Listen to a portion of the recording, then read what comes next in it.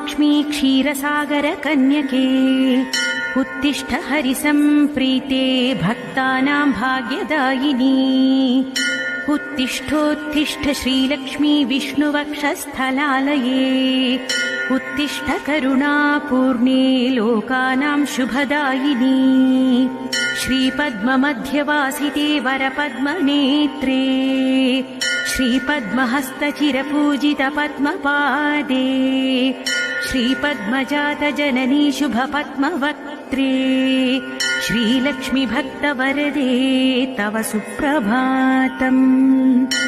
जाम्बूनदाभसमकान्तिविराजमाने तेजोस्वरूपिणि सुवर्णविभूषिताङ्गी सौवर्णवस्त्रपरिवेष्टितदिव्यदेहे श्रीलक्ष्मी भक्तवरदे तव सुप्रभातम्।